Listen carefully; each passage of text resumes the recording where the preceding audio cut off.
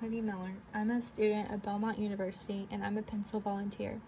This is an elementary school reading book. Today I'll be reading Ada Twist the Scientist by Andra Betty.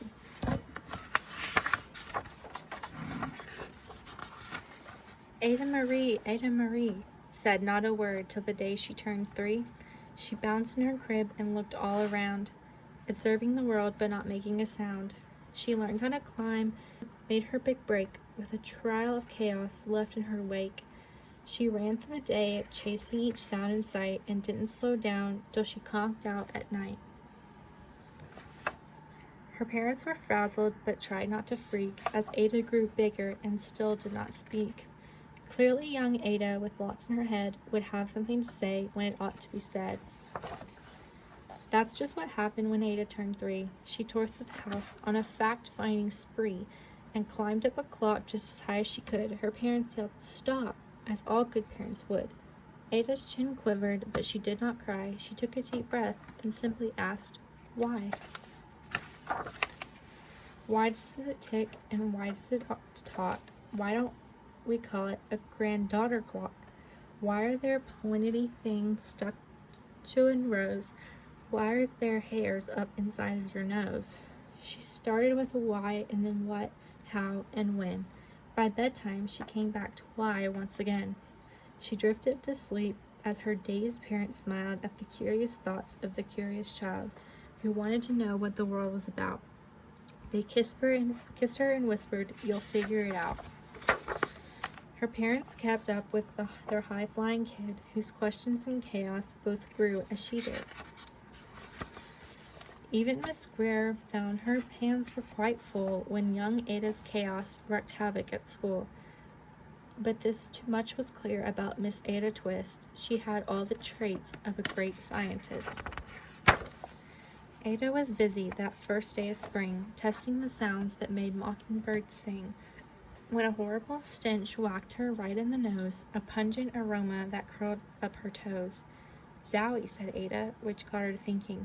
What is the source of that terrible stinking? How does a nose know that's something to smell?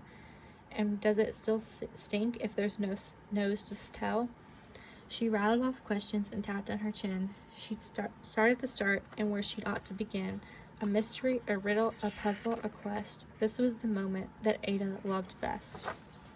Ada did research and learn all she could of smelling and smells, both the stinky and good. One hypothesis Ada thought could be true. The terrible stink came from Dad's cabbage stew. She tested and tested, but soon Ada knew it was time to come up with hypothesis 2. Then zowie! The stink struck again, just like that. Hypothesis 2. It's caused by the cat. The cat couldn't make such a stink on its own. It needed perfume and some fancy cologne. So young Ada tested. The test was a flop. She started again, but her parents yelled, "Stop!" Ada Marie, to the thinking chair now. By the time we count 3. "Enough," said her mother. "That's it," said her dad. Her parents were frustrated, frazzled, and mad. "Why?" Ada questioned. Her mother said, "No." "What?" Ada queried. Her father said, "Go. You've ruined our supper. You've made the cat stink. Enough with your questions. Now sit here and think." She looked at her parents. Her heart turned to goo. Poor Ada Twist didn't know what to do. She sat all alone by herself in the hall, and Ada once more could say nothing at all. And so Ada sat, and she sat, and she sat, and she thought about science, and Stu, and the cat, and how her experiences made such a big mess. Does it have to be so? Is that part of success?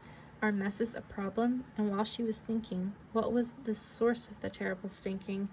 Ada Marie did what scientists do. She asked a small question and then asked 2, and each of those led to 3 questions more, and some of those questions resulted in 4.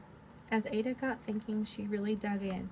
She scribbled her questions and tapped on her chin. She started at why, and then what, how, and when.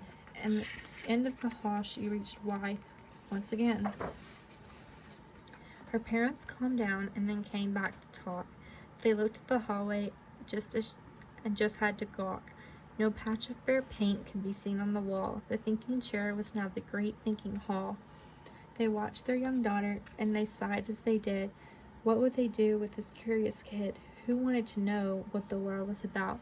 They smiled and whispered, "We'll figure it out." And that's what they did, because that's what you do when your kid has a passion and heart that is true. They remade their world. Now they're all in the act of helping young Ada sort fiction from fact.